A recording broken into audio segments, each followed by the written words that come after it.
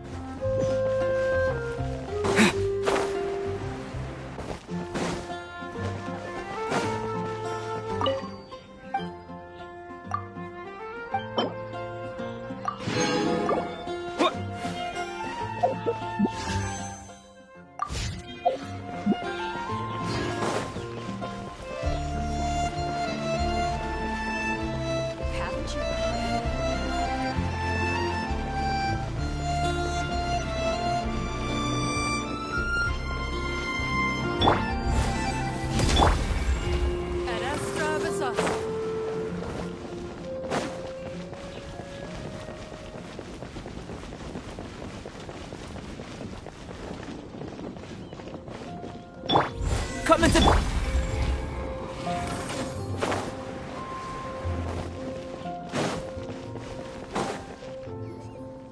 Durin!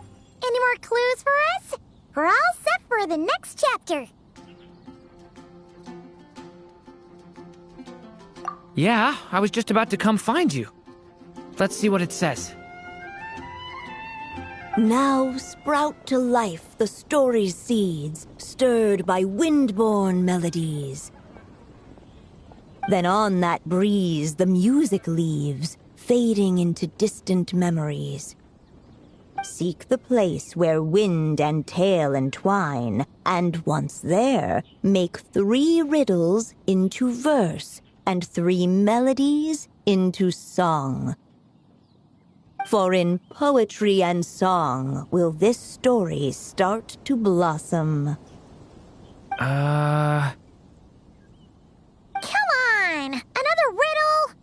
All that talk about wind and melodies? What do you think the answer could be?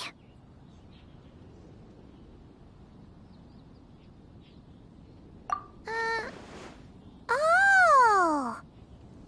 Care to elaborate?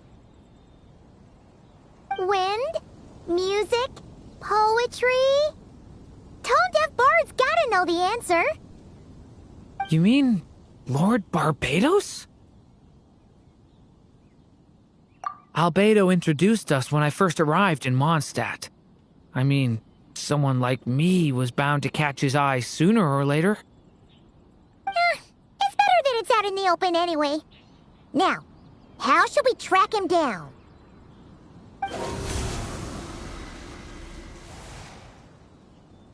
I'm pretty sure he's already caught wind of what's going on here. Why don't we just see where the wind takes us? Right. He definitely makes it easy to forget he's a real god sometimes.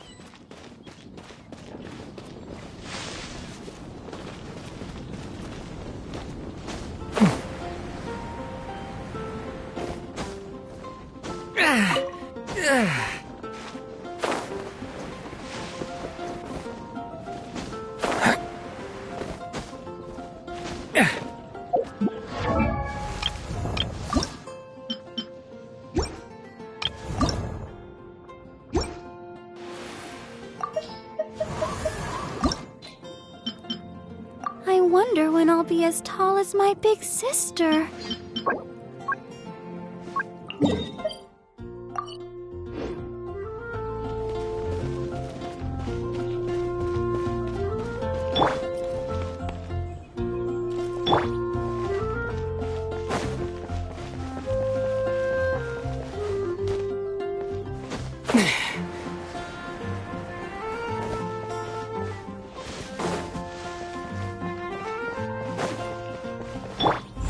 Burst forth!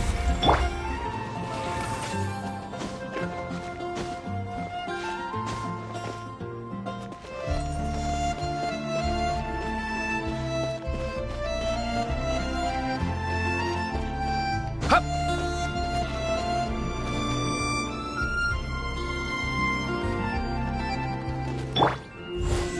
Come into being!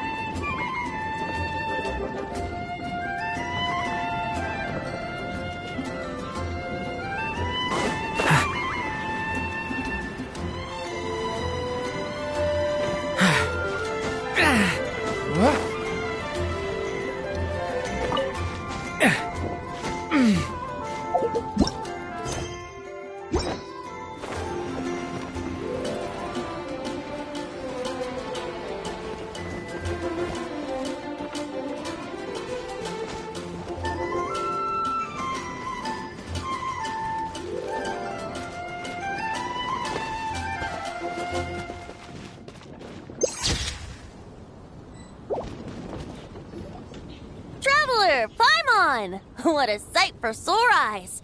Ah, and the little dragon from the fairy tale world. I heard your voices calling out to me on the wind. Something about needing help with a riddle? Sorry to disturb you, Lord Barbados. Ha! Disturb me? Not at all! To tell you the truth, I'm just as curious about this riddle as you are. Let me take a look.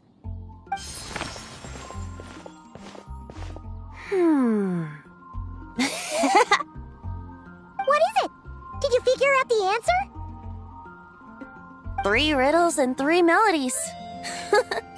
That sure takes me back. The answer you seek lies hidden in memory. Looks like running to Tone Deaf Bard was the right call after all. Long ago, those mages came to Mondstadt, seeking to test their strength against mine. But I replied, let us make music, not war, and resolve our conflicts through song. So I strummed my lyre and sang them this verse.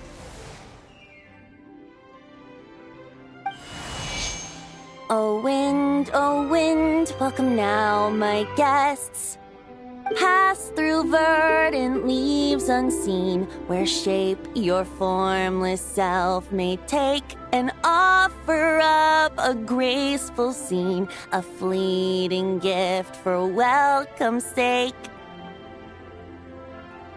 Leap at the edge of a sea of clouds, where land meets sky and sky meets ground. There frighten off the noisy crowds and bring my guests a calm profound. Fly beneath the stars up high, where mortal noise is swept aside, that my dear guests with starry eyes may share the dreams they hold inside. Now go to where I vowed to keep a quiet spot for them to sleep. No clash, no contest bars the way, just tea and mirth to fill the day. There you have it, the 3 melodies. As for the answers to those 3 riddles, I trust you can guess them by now. The woods, the edge of a cliff, and the sky? Correct! Funnily enough, your mother was also the first to solve it, all that time ago. There must be some kind of special rapport between those who write stories and those who sing them. The woods, a cliff, and the sky. Oh! So that's where it is! I suppose the spot that answer points to is where you're headed next. You should know, after solving my riddle, the mages even accepted my proposal and made that location their official meeting spot. And going by what your book is suggesting, once you found it, you might want to try playing the melody I just shared with you. Guess you can be pretty reliable when it counts, huh, Great Animal Archon? Thanks for the help, Lord Barbados. Still got questions for me, huh? Yeah, you must have read countless tales in your time, being a wandering bard and all. In your experience, why might an author consider a story unfinished? Unfinished? Well, I guess if there's something left to accomplish in the story, or, if the last line goes, to be continued.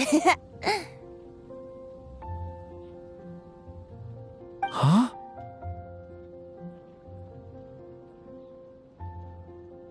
Wow, your helpfulness lasted for like 1 second. In all seriousness, I would think the answer to that question lies in your mother's story itself. It's not my place to pry any further. All right then, we should get going.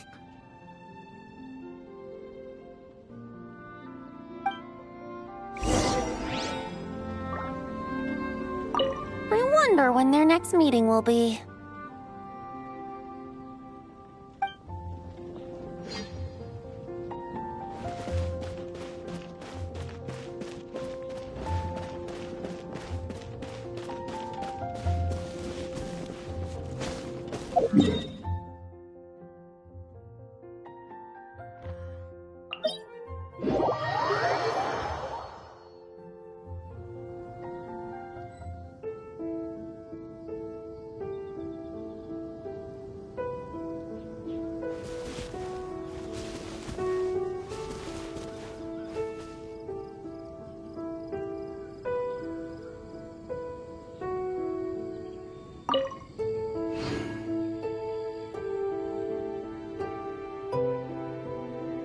Can I stop here and play? I mean, take a stroll. I won't go too far.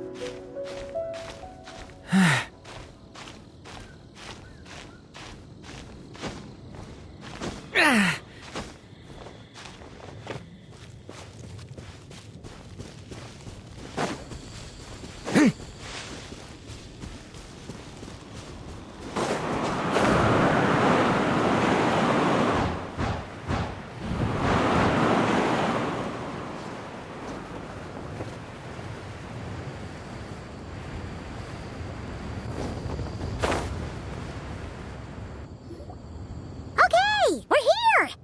Now, we just need to play the 3 melodies, and we should be able to gather the memories for the next chapter, right? A musical performance? Huh. Out of all the things Miss Lisa has taught me, that's the one I'm worst at.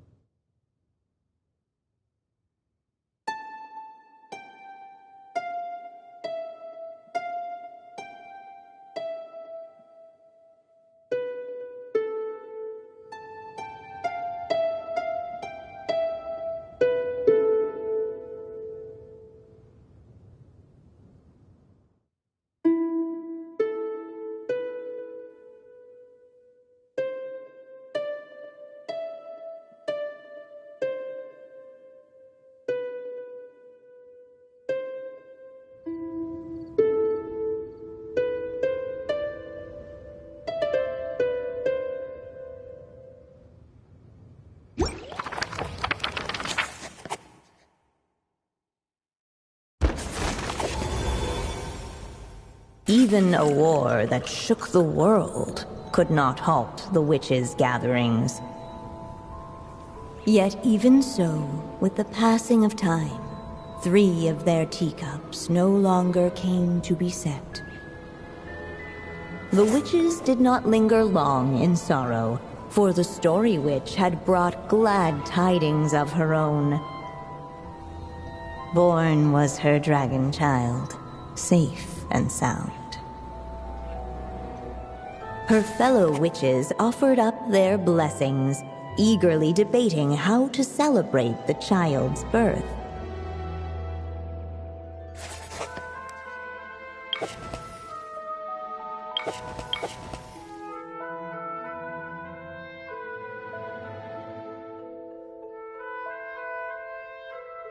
In the end, they settled on the sweetest candy they could find. After all, what could be sweeter than the arrival of new life? And so, the witches' gathering turned into a birthday celebration.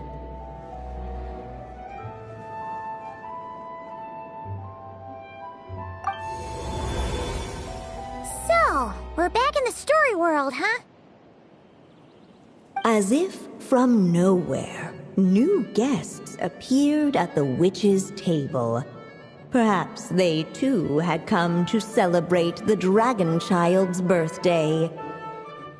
Yet while everyone else was busy thinking about what kind of gift to offer, these 3 seemed to have come empty-handed.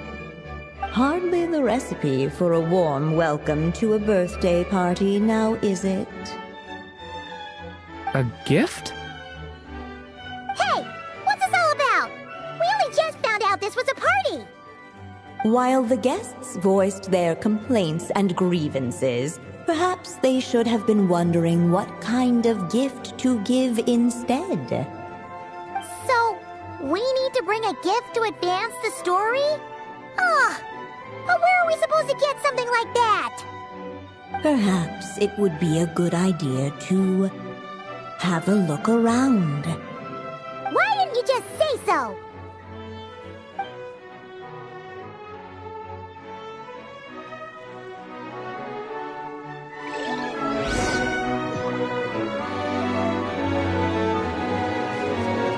The witches went on chatting away, ignoring the empty-handed guests.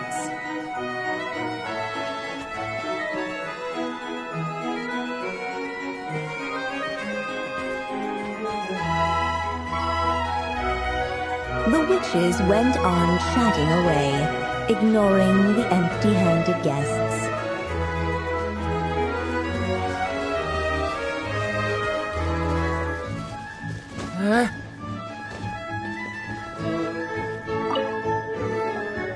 Hey, is that the other Durin?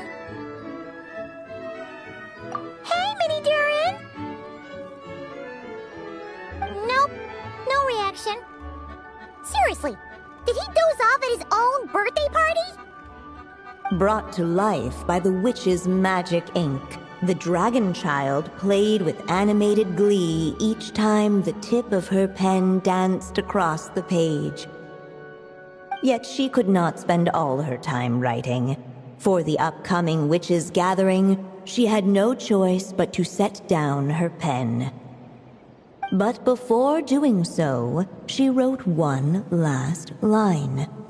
So did the child drift off into blissful slumber.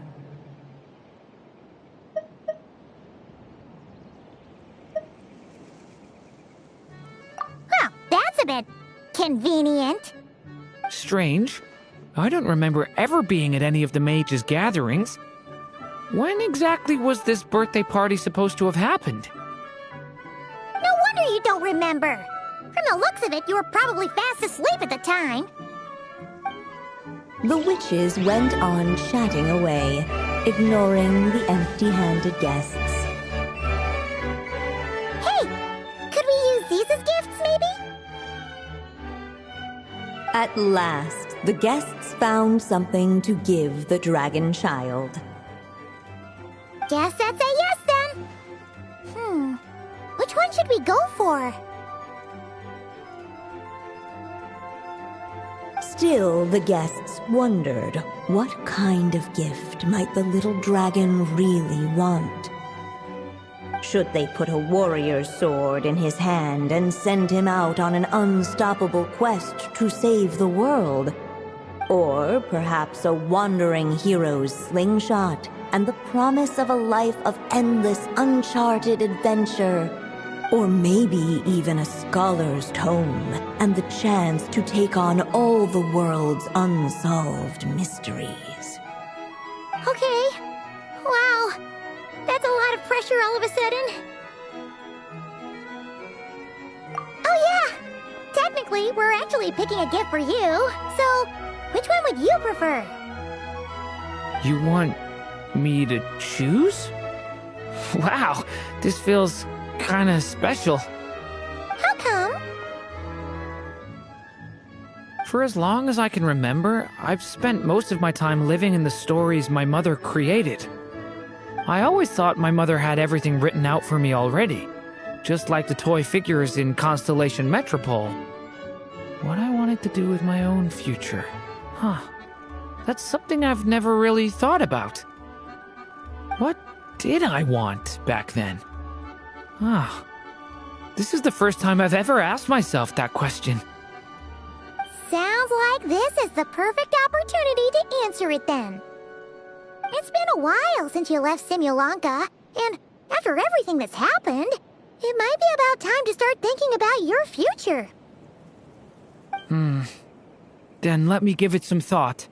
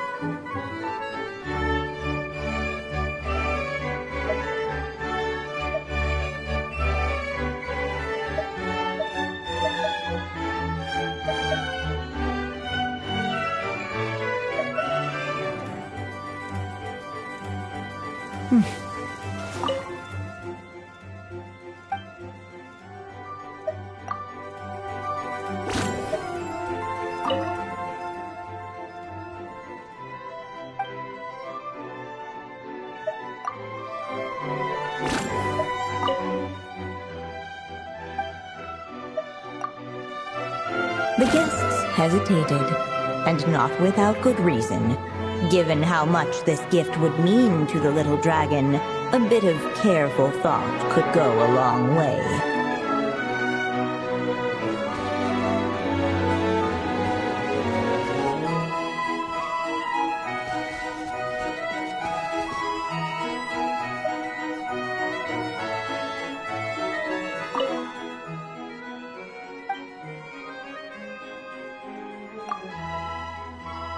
In the end, the guests settled on the Wandering Hero's slingshot. A wandering hero. So, you're an explorer, just like us. I guess you inspired me. During our journey from Mondstadt to Nodcry, we passed through many places and encountered all sorts of different people. But despite the immense distances between them, there was always one topic that kept cropping up. Your accomplishments. Well, we are world-renowned adventurers, after all. Come to think of it, isn't a wandering hero basically the same thing as an adventurer? I've always thought of adventurers as people who chase after stories, and in doing so, they also leave behind many of their own. I'd like to become someone like that, too.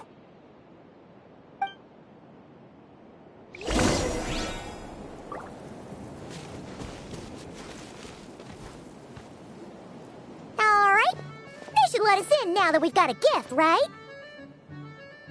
Hello there. Brought a gift this time? The newly arrived guest presented his gift, wishing the little dragon a future as a wandering hero, free and unburdened. Accepting the guest's blessing, the Story Witch invited him and his friends to take their place around the table.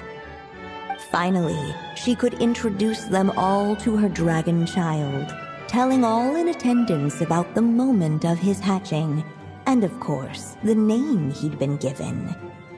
It was then that the Seer Witch, diviner of the stars, withdrew her gaze from the heavens and turned a sorrowful glance upon the little dragon.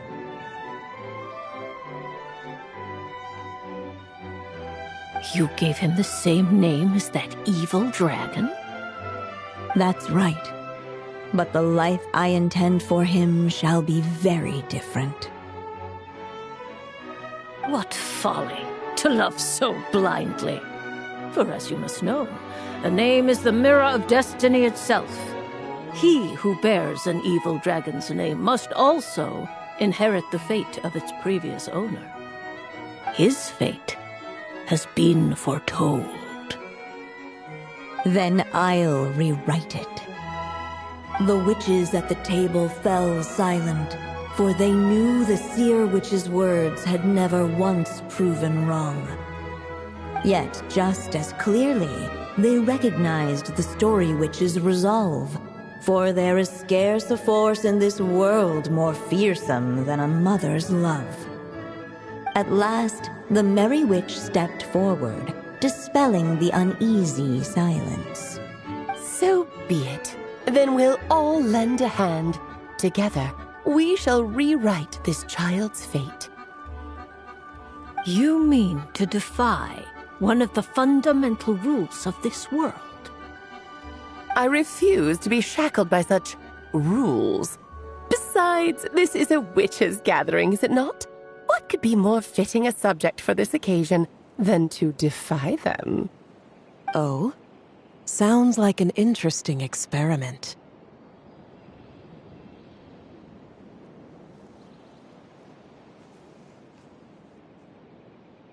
I suppose, were we to succeed in this endeavor, we might bring a touch of wonder to this otherwise dreary sky of stars. The Merry Witch finally talked them all round, just like she had done many times before.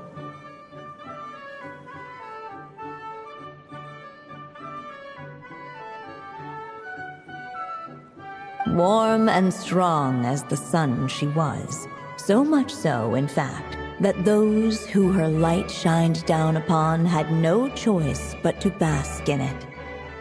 And so the witches readied their gifts, 3 marvels of the cosmos. For this child, I shall decipher the ravings of the heavens and lay bare before him the trickery of fate.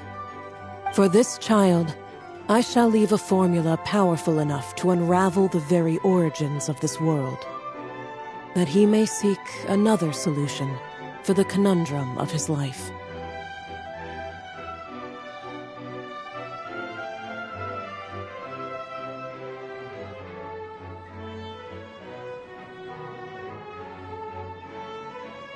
For this child, I shall call upon wondrous magic to make possible his impossible wish. All the Story Witch had was the pen in her hand, yet with the love that flowed from it, she resolved to bring forth a marvel of her own. For this child, I shall leave behind the last story I will ever write, and with it, a path to an ending yet untold. With the witch's blessings given and received, the little dragon's fate at last began to turn. In the midst of the dragon child's birthday celebration, the Seer Witch proclaimed her prophecy. The child had been given the evil dragon's name, and with it, the burden of its fate. But hearing this, the story witch vowed to rewrite it all, for such was her love and resolve.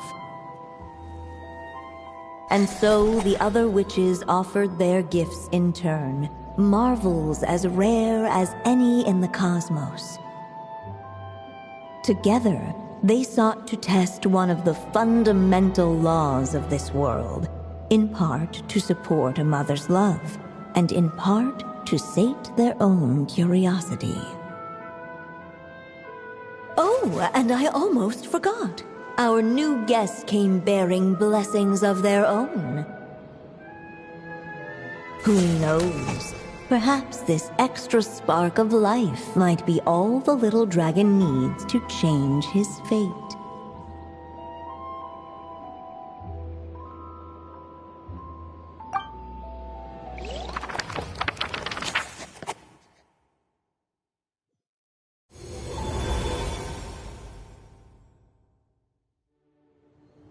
Yep. Looks like we've completed this chapter, too. Those witches in the story were the mages at the Hexen Circle, right? They sure seem to care a lot about you, Durin.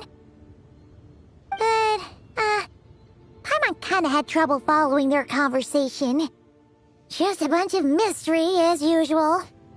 The evil dragon's fate. Oh, is that what you're worried about? But didn't we already take care of that?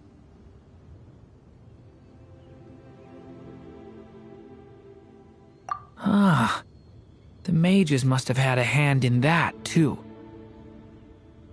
Also, I was just thinking, which part of the story are we even meant to be completing? Oh,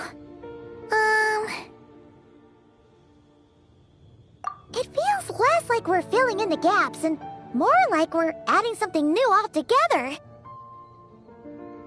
But we use the ink, right? And the book hasn't given us any more clues, so that must mean our task is complete. At least for now. Yeah, I guess we're doing something right.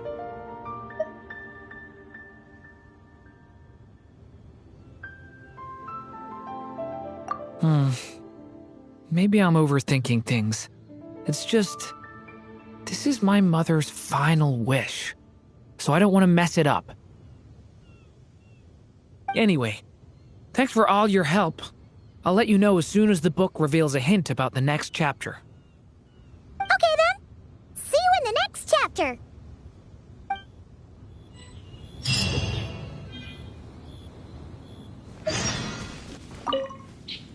I think I'm gonna stick around, take my time reading through this book.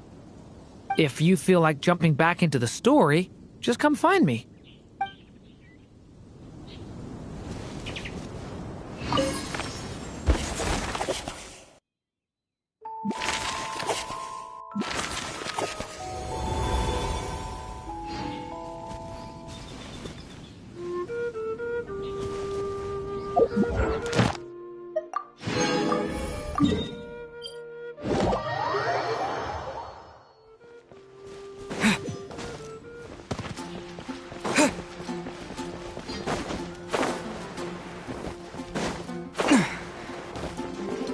Ad Astra Abyss.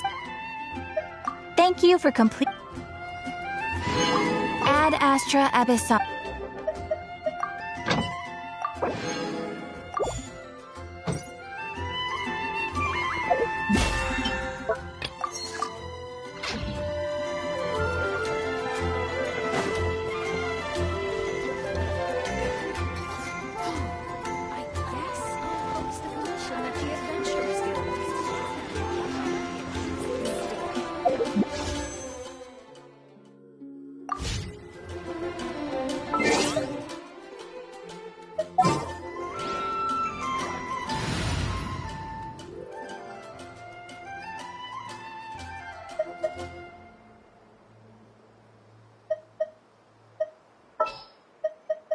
All right, let's head off. Are you sure it has to... Burst forth!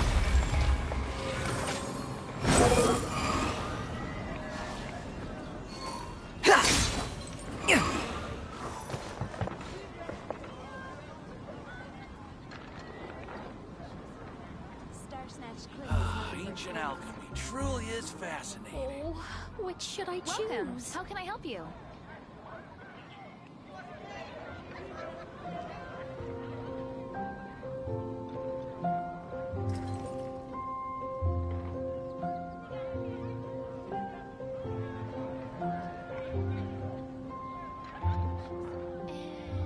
Star Snatch Cliff is known for its views. The neighboring nation of Lee.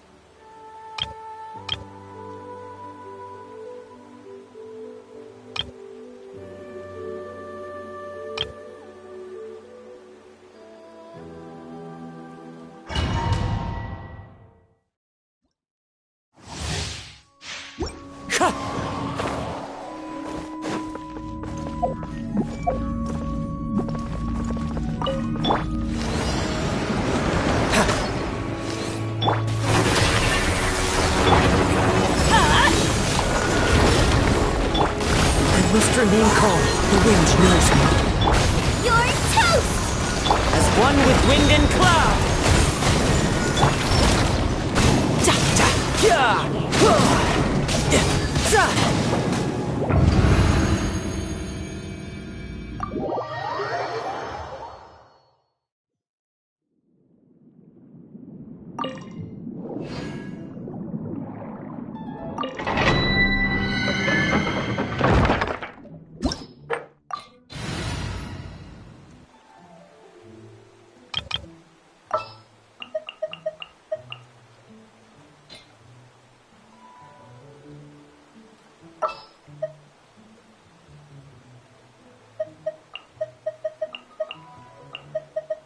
Don't tell me they did it again.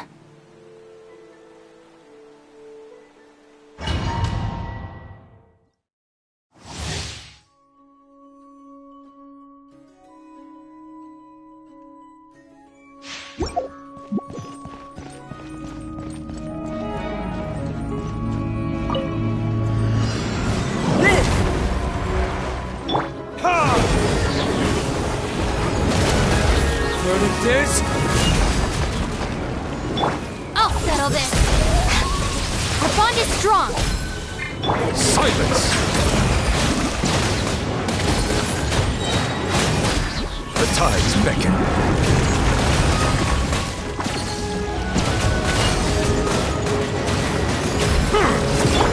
Feel this ancient power.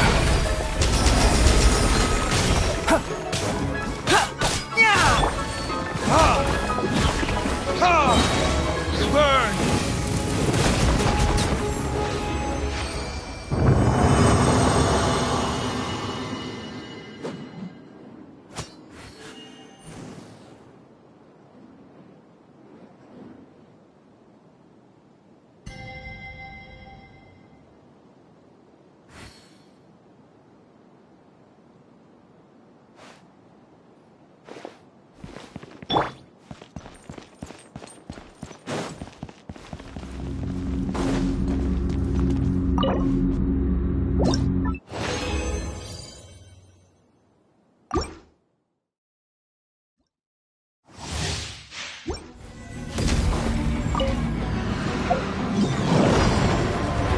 Burst forth! Stand with me.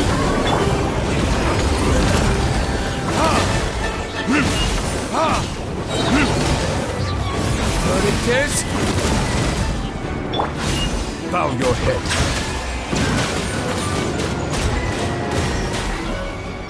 Moment of birth! Come into being! Our bond is strong. Burn!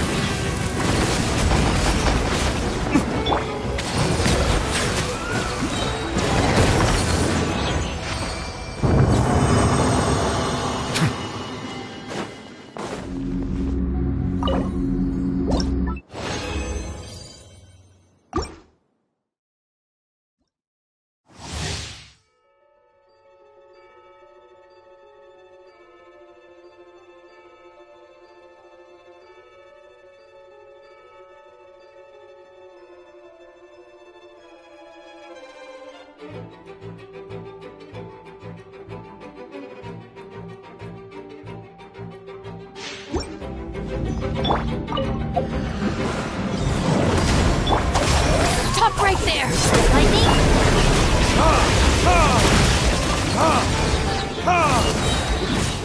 Verdict is... Settle down. Feel this ancient power. Be sanctified.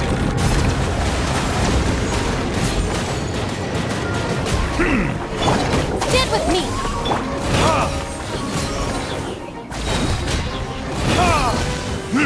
Time for retribution!